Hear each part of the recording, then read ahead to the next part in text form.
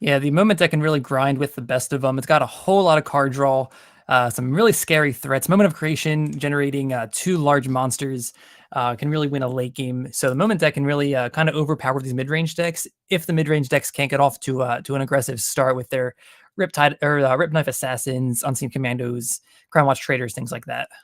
Yeah, There's and no I think harsh rules, right? So it's really just Hailstorm. yeah, and I think the switch from Crown Watch Trader over to from Impending Doom over to Crown Watch Trader really helped the moment deck because there, Impending Doom is much harder to deal with for most decks. But now, Heart of the Vault can just come down and answer. And the Sentinels from Moment of Creation can come down and answer, more of the threats. Right. It's Especially, kind of Crown Watch Paladin is also much easier to block. right. Um, Yep. So these are the two most represented decks this weekend. Argenport has the most players on it. Moment has the second most. So we're going to see which one actually fares head to head as we head on down to the match. We're going to take a look from Paradox's perspective. We're going to take a look at Ilya's hand as well. Yeah. So who do you favor here? I'm inclined to still favor Argenport just because I think it's a bit more consistent and just a bit more proactive maybe. But I could be wrong. I feel like Argenport is the better deck, like in a vacuum, but it does need a pretty specific opening. And as long as Ilya and his moment deck draw, their removal spells at the right time, such as their torches for like Crown Watch Trader to like kind of time walk them, and Hailstorms to take care of the early game, then I think they have a reasonable fighting chance. But I would agree. I think Argenport is actually going to be favored in the matchup. Yeah, when I think about it a little bit more, if Paradox stumbles just a little bit, misses a 3-drop or something like that, IlyaK's deck just has so much gas once we start getting to the 6 drops. So if we get to that point, I really, really think IlyaK is going to win. But Yeah, if obviously Paradox that's the question. if Paradox wins this game, it's probably gonna have to be before like turn 7 or 8. So He does Sabotage have turn 1 here. Gonna take an early moment. So maybe the late game is a little more clear, but we see that Mola and Nakova in IlyaK's hand there. So IlyaK not is likely to come down this game. he has drawn quite a bit of power, but all of it's pretty much been basic sigils, so his influence isn't quite that great. It is not as good as it normally would be. He draws Wisdom of the Elders for the turn, which he's just gonna go ahead and fire off right here. Sandstorm Titan, Crest of Wisdom, the 2 draws. Yeah, so Sandstorm Titan is going to be a big deal. It's going to get answered by this Valkyrie Enforcer, very likely. But at least it's something on the board, whereas previously there's just nothing slowing down Paradox at all.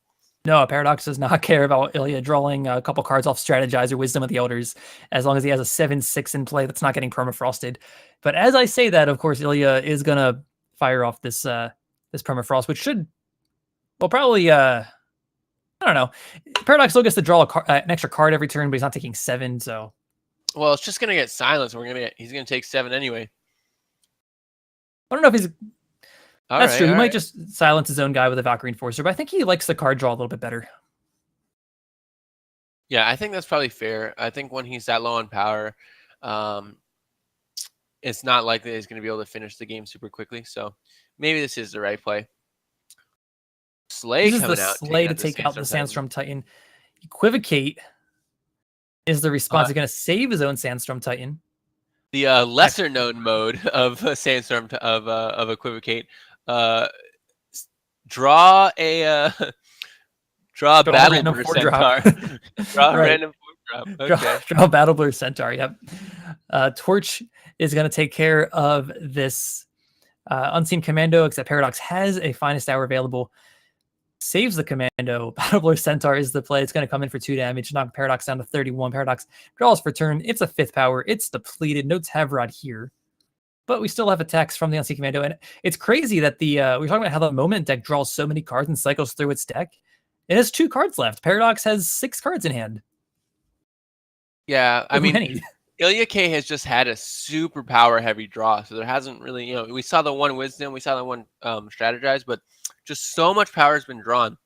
IlyaK has been essentially playing 1 to 2 cards every turn, whereas Paradox is never really playing more than 1 card a turn, just because he's so starved on power. So that's how he got to this position, basically. But Right, this but I don't think moment, Paradox minds that much, right? Because all Paradox has to do here is put the Inquisitor's Blade on that Crown Watch Trader and just attack for you a know, million. yeah, Paradox doesn't mind at all. But I'm just saying that's how we got here. All right. Oh yeah, yeah, okay. Yeah. Wow. These Sentinels don't look great here. No, I mean, Ilya did the best he could with what he had, right? I mean, all he drew was a bunch of card draw, which just drew him into more power. Yeah, and no real way to interact with this this. Nakova could come down next turn, but it's might just be too late. I mean, the combination of if Paradox draws an undepleted power next turn, the game is over. Yeah, for sure, because you can just Valkyrie Enforcer and Slay. Ooh, that's an aggressive attack from IlyaK. Well, I think he wants to trigger the Spark, which I'm sure doesn't actually accomplish that much because doesn't actually doesn't kill anything.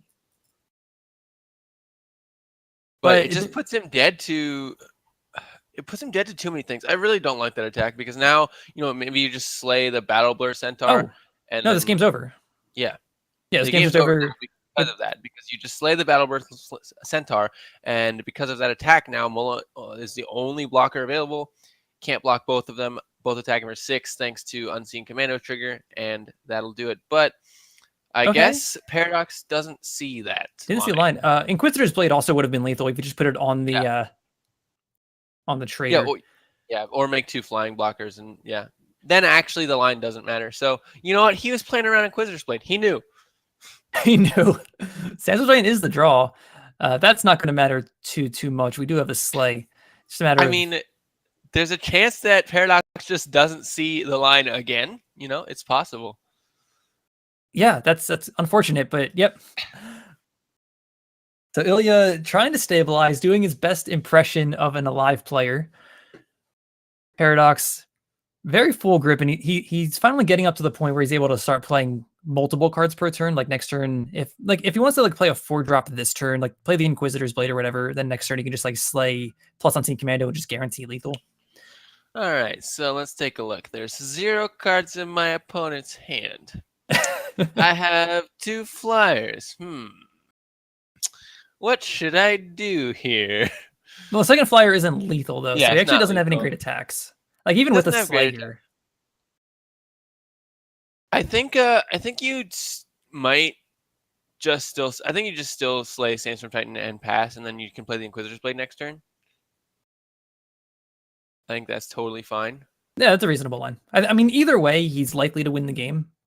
Yeah. But he doesn't have a lethal attack this turn. Unless I'm missing something. Paradox just has so many turns to set up lethal now. We are going to take to the skies. We are going to draw an extra card. That extra card is Finest Hour. Oh, yeah. He scouted that to the top. We knew it was there. He knew it was there. The Finest Hour is also a very good reason to wait just because it gives you a much easier lethal next turn. I think you can go ahead and just take 7 here. Draw for turn from Ilya is just a Seed of Impulse. Nothing you can really do with that. As we're going to see this game come to an end as long as Paradox... No, okay, Slay makes it academic at this point. All right, there we go. We found the lethal line. It took 4 or 5 extra turns, but...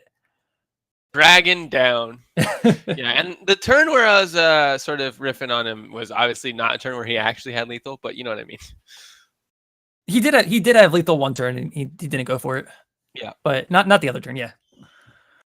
But now we get to go to sideboards, correct? Yeah, so we get to take a look at how the FTP Moment deck is able to improve its chances post board. With a copy of Boar, 1 copy of Lightning Storm, 2 Purifies, 2 Unseals, 1 Hailstorm, 3 Scorpion Wasp, 2 Devoted Theurge, and 3 Flame Stokers. How can he improve this matchup? Well, I don't really like the Lightning Storm here, to be honest. There's the only things that dies to Lightning Storm are Rip Knife Assassin and Crown Watch Paladin, and Crown Watch Paladin doesn't really even die because of the Aegis. So I'm mostly looking at maybe the extra copy of Hailstorm, potentially the Scorpion Wasps, and potentially the Devoted Theurges. Boar just doesn't really seem like where you want to be. I mean, maybe a 1-of is fine. Just like if there's multiple weapons on the board, just clean them all up, pop every Aegis or something like that. But seems just really, really niche. Yeah, the one thing Boar does really well is deal with weapons that are on Aegis units, which there is a little bit of in the aReNGee deck, but probably not enough to warrant bringing it in. It's only one card though. Maybe it is going to be worth it over something like a, I don't know, Trailblaze. Yeah. The only other card is the extra copies of Purify, but I'm not sure how valuable that is in this matchup. I've always been kind of fond of Scorpion Wasp against aReNGee. It just is a nice way to deal with like Tavrod and some of the like harder to block units. It doesn't deal with Crown Watch Trader as well as it would deal with like Impending Doom, but everything else, Scorpion Wasp is pretty good. Yeah, it deals with everything other than Crown Watch Trader. I definitely am into the Scorpion Wasp. The question is what to take out. On the other side, Paradox on aReNGee midrange has 1 extra Finest Hour, 1 extra Sabotage, 4 Annihilates, 2 Protects, 4 Vanquish, so none in the main board, 2 Runehammers, and another Inquisitor's Blade. So that's 2 in the main board, 2 in the sideboard, 3 Inquisitor Blade in the main board, and the 4th in the sideboard. I really only like the Inquisitor's Blade and maybe the Sabotage, to be honest, or the Protects, I guess, as well. Sabotage, yeah, I think Sabotage you definitely won. Your opponent's entire deck is just a hit. But yeah, Finest Hour probably doesn't do all that much. It does protect you against like Hailstorm. You don't even know how many are going to be in his deck post board. Vanquishes obviously isn't doing that much. You definitely don't want the 3rd Finest Hour already. You already have 2 in the main board, so right. It is a nice way to like push extra damage across. The players looks like they're back in game pretty quickly. But yeah, other than that, yeah, there's not too much that the aReNGee player needs to bring in. They're already pretty well favored. Yeah, I really like the extra Inquisitor's Blade just because we saw how powerful flying can be just in all of the matchups today. But, yeah. So I'm joining the game on turn 2. It looks like Ilya played a Crest of Impulse, scouted. I didn't see what he did with it, but then he played a Seek Power, picks up a Primal Sigil for next turn. Turn 2 from Paradox is Justice Sigil into Crown Watch Paladin. Pass the turn. Yeah, a combination of Seed of Wisdom plus Primal Sigil is going to set up IlyaK pretty nicely for his influence situation there. Paradox looking to draw some more power. A hand full of 3s. There are 6 3-cost cards in Paradox's hand here. So for now, we're on the 1 card a turn plan, hoping to draw some more power, but we'll see how that goes. And we're going to get another 3-drop in Paradox's hand. It's a new 3-drop. This one flies. I almost wonder if that's not an improvement over the Interrogator. Flying not as relevant in this matchup as like some other ones, but all right, Crest of Vengeance is a very good draw here for Paradox because any power would have essentially been depleted. There's nothing to play for 1 power. So the extra Scout is pretty useful. And that Scorpion Wasp hitting that Crown Watch Paladin might be a little bit of a blessing in disguise for Paradox here because there's just so many flyers that he's trying to get through. Yeah, a handful of gas. They all fly. Yeah. Obviously, Scorpion Wasp is very appealing versus these Aegis units because typically, if there's like a weapon or something on it, it's just very difficult to remove, where Scorpion Wasp can just handle it 1-for-1 easily. But with with all 4 Valkyrie Forces in Paradox's hand and a Stormcrasher, it might actually be IlyaK's downfall. Yeah, and the 7/5 Crown Watch Trader from Paradox, he scouted that to the top last turn. He was pretty happy to see that. Kept it right on top pretty quickly. Attack for 6 comes in from the Valkyrie Enforcers. Equivocate's going to come in, transform the Crown Watch Trader into a different 4-drop, which is Renegade Valkyrie. Not quite as good, especially with Sandstorm Titan. Another flyer that dies to Hailstorm. Hailstorm is going to be... If IlyaK draws Hailstorm, this game is going to be over because everything in Paradox's hand just dies to Hailstorm. Paradox has the ability to kill Sandstorm Titan and then also develop a 4/3 on the board. It pretty much has to be Hailstorm or bust at this point. Yeah. He picks up a Scorpion Wasp, which he can use. He uses the Moment of Creation for a couple of 3/3s to trade instead. I like Runehammer, the follow-up. Or is the draw. I spoke a little too soon when I said Hailstorm is just the end of the game for Paradox because he just still has so many more 3-drops in his hand that even Hailstorm would just delay Paradox. He would have to draw another Sandstorm Titan after that. He would just buy IlyaK turns. But now I think IlyaK is just dead because of the 2 angles of attack here. He's not quite dead, actually. Caleb's Choice takes care of the Runehammer. So that... I'm not sure if he timed it well. Like, he may have wanted to wait for the attack so he can't, like, get top deck Runehammered or something, but... yeah. Yeah, we are still alive. Tavrod is the draw. Ilya needs to draw. He draws Sandstorm Titan. All right, we've got ourselves a game. Tavrod can attack. It'll draw some cards potentially, but it's not going to get any damage in or kill Sandstorm Titan. Like, doesn't do either of those things. Come on, dump your whole deck in the graveyard. Let's go. You don't get to look at the 5 cards he's looking at. 9-1 Runehammer is among them, though, and that seems quite strong in a matchup where the opponent is top decking. Right, and I like this. Balances. I like this play because it just puts a lethal threat on board. Yep, Torch is the draw from Ilya. That answers the lethal threat that was on the board, but again, with the Arc Runehammer that we know Tavrod got, there's nothing Ilya can do against this type of like card advantage / just onslaught of threats. Yeah, there were Paradox could have played any card in his hand and he would have still won that game. Yeah, I mean, I'm not sure IlyaK had any outs in his deck that like would have done anything.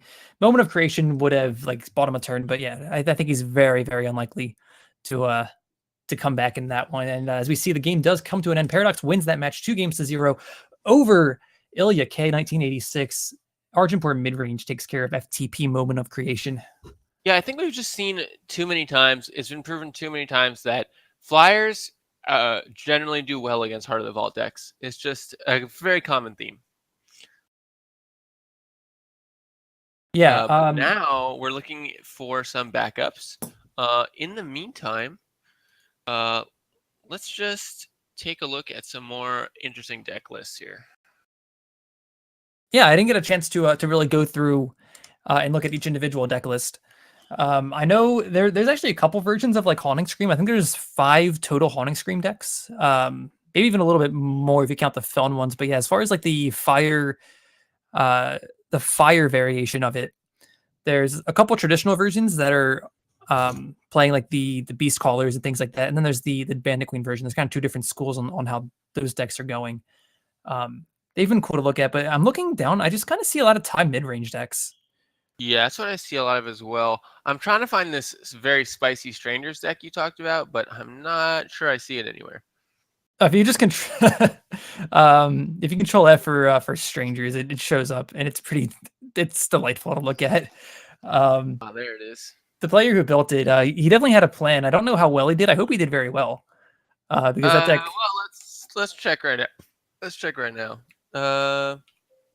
Not in the tournament currently, so I'm thinking. I didn't check in. No. I'm thinking. Let's check round 1.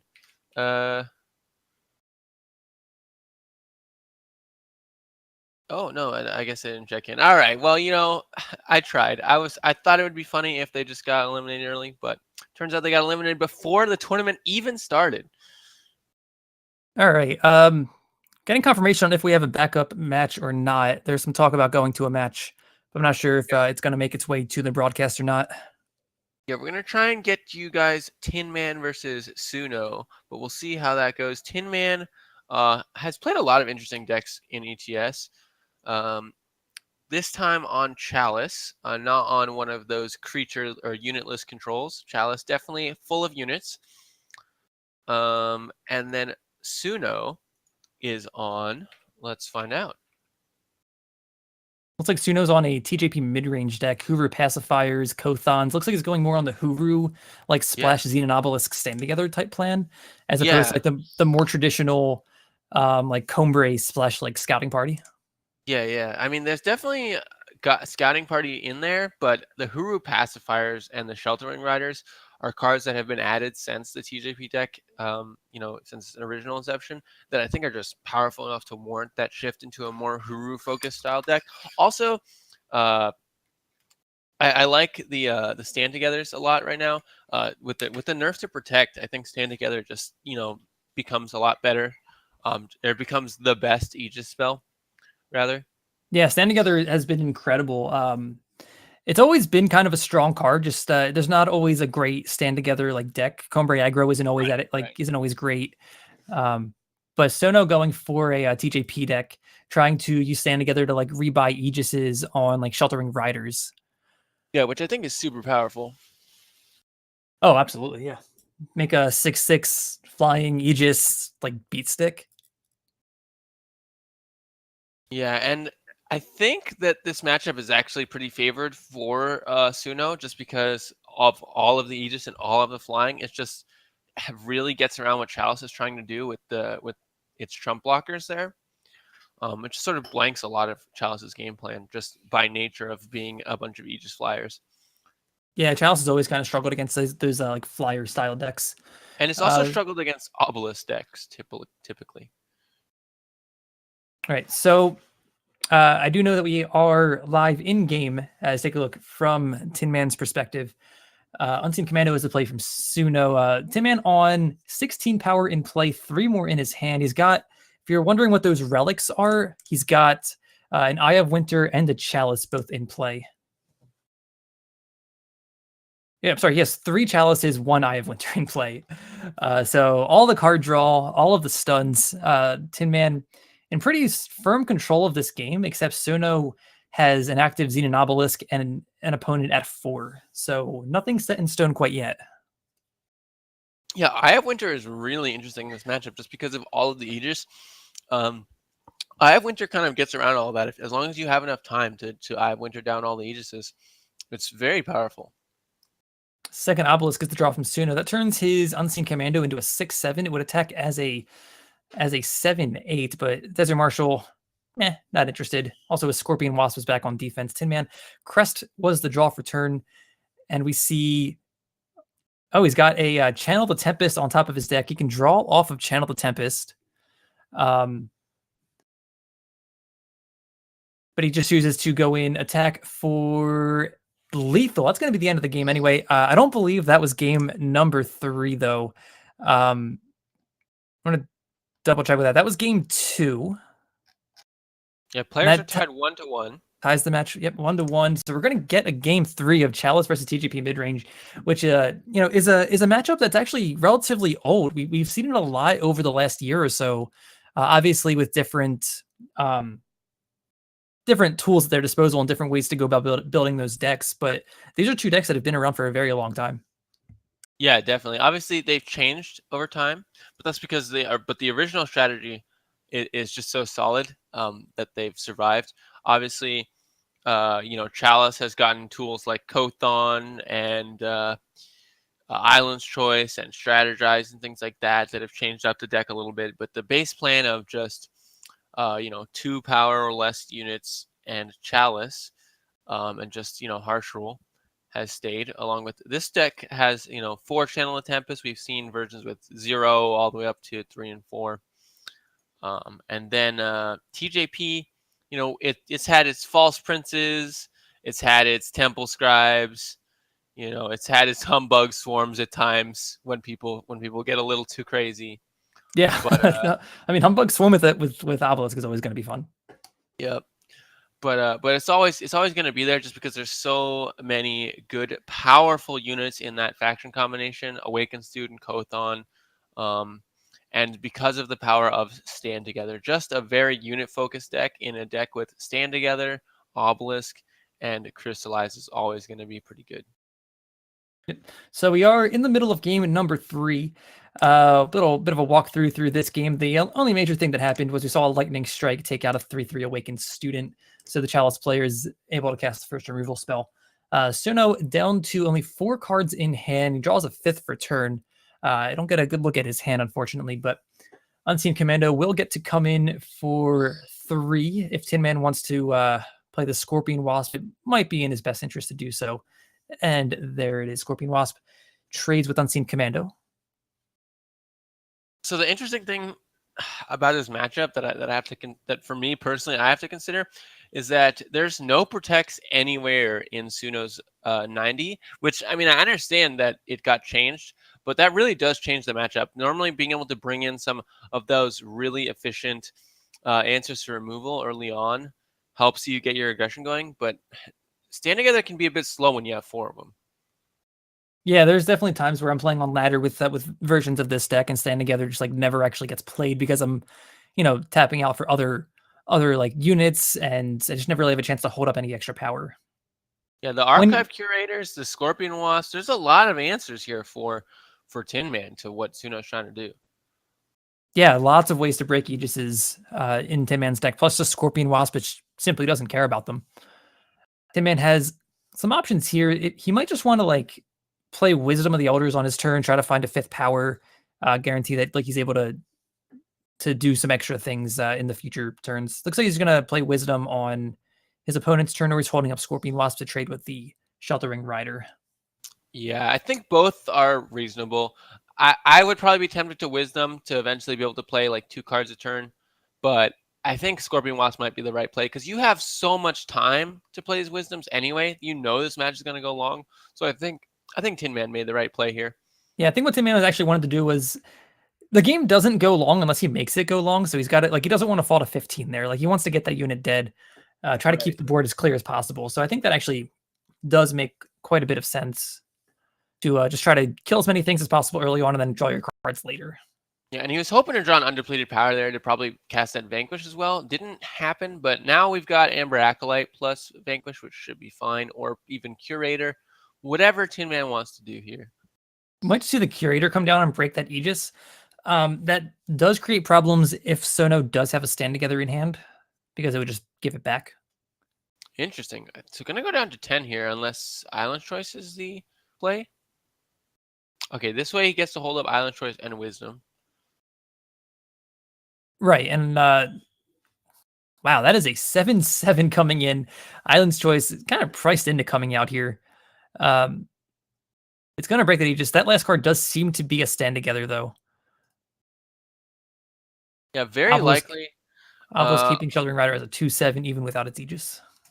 So other card, okay, well, it was Stand Together, but other cards it could have been, let's see, not Disjunction, Equivocate, I guess, Unseal, not so much. So probably could have only been Equivocate, which is probably not here. Equivocate, yeah, I'm not sure really what you want to do versus Chalice. No, you just give them more Chalice targets. Yeah. Yep. TinMan grabs a 6th power. He can't play it this turn. He's in quite a bit of trouble. He can Vanquish to break the Aegis. He's still going to be priced into taking 3 this turn, and then he's going to have to play the Archive Curator next turn to try to just keep it small and blockable for a while. Yeah, going down to 4 is not ideal, but it's not like SooNo's deck has much reach outside of Crystallize. Well, that's terrifying. All right, we can do this. We can do this. We are able. Yep. TinMan is able to play the Vanquish on the Amelie. He's able to silence the 3/8. So we've got a blocker. We've got blockers, depending on how much you really want to leave back.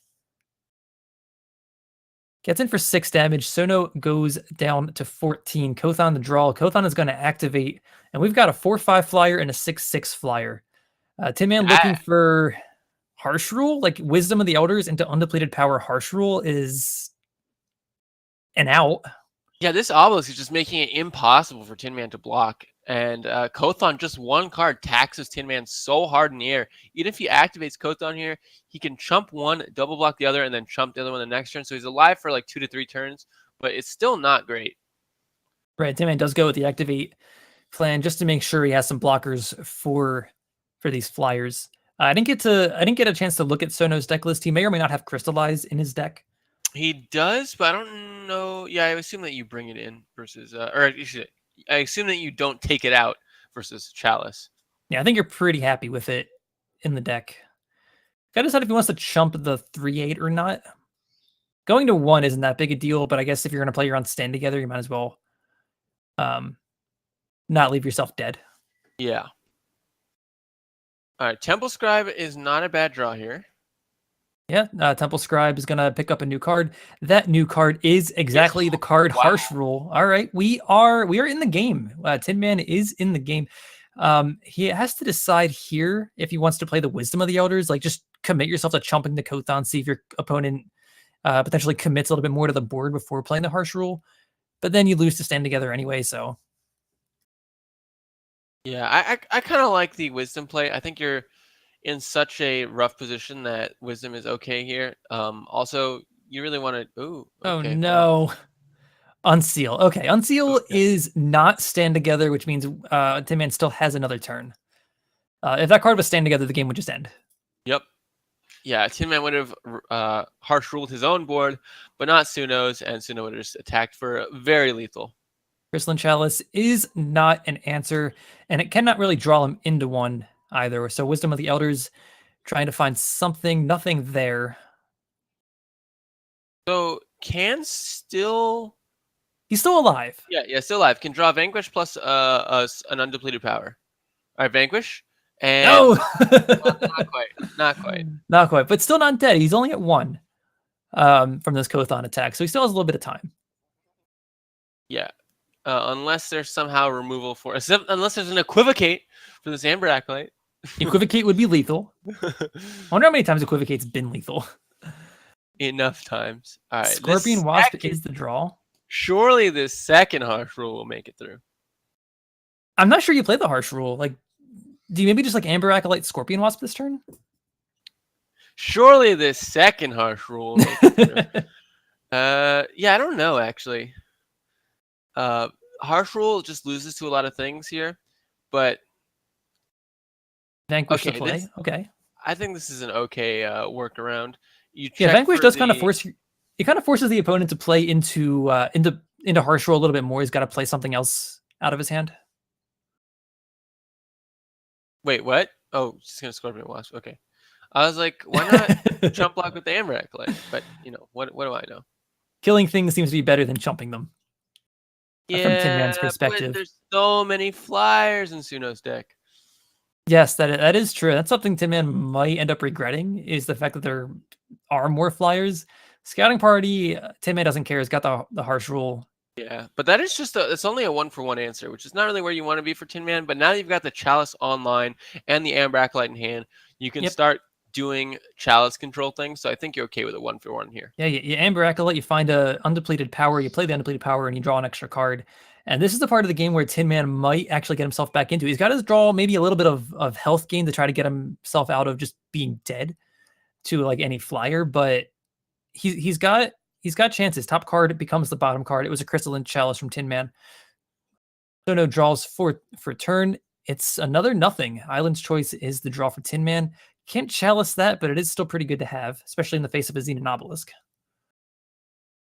Yeah, SooNo must be drawing blank. I wish I could see what was in his hand. Temple Scribe is basically the best card that we could have seen from TinMan here because gains life, is a Chalice target, and replaces itself already. And then Kothon, another great Chalice target. So this game's going to be over next turn.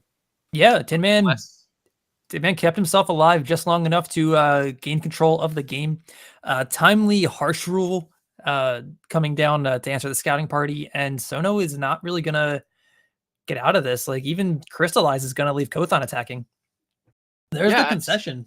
TinMan played that really well. Like, I said a lot of dumb things about playing harsh rules and things like that, but TinMan played it right and comes out with the victory, just able to survive long enough to run SooNo out of resources. Yeah, SooNo did the best he could, put a lot of pressure on, and played around the cards he needed to play around. It's just TinMan had more of the cards, more harsh rules, more vanquishes, more Scorpion Wasps. Yeah, so that's gonna be the last match for the round. So that's gonna be the end of our coverage for this round. So we'll catch you guys all again in the next round of the Eternal Tournament Series. See you guys in a bit.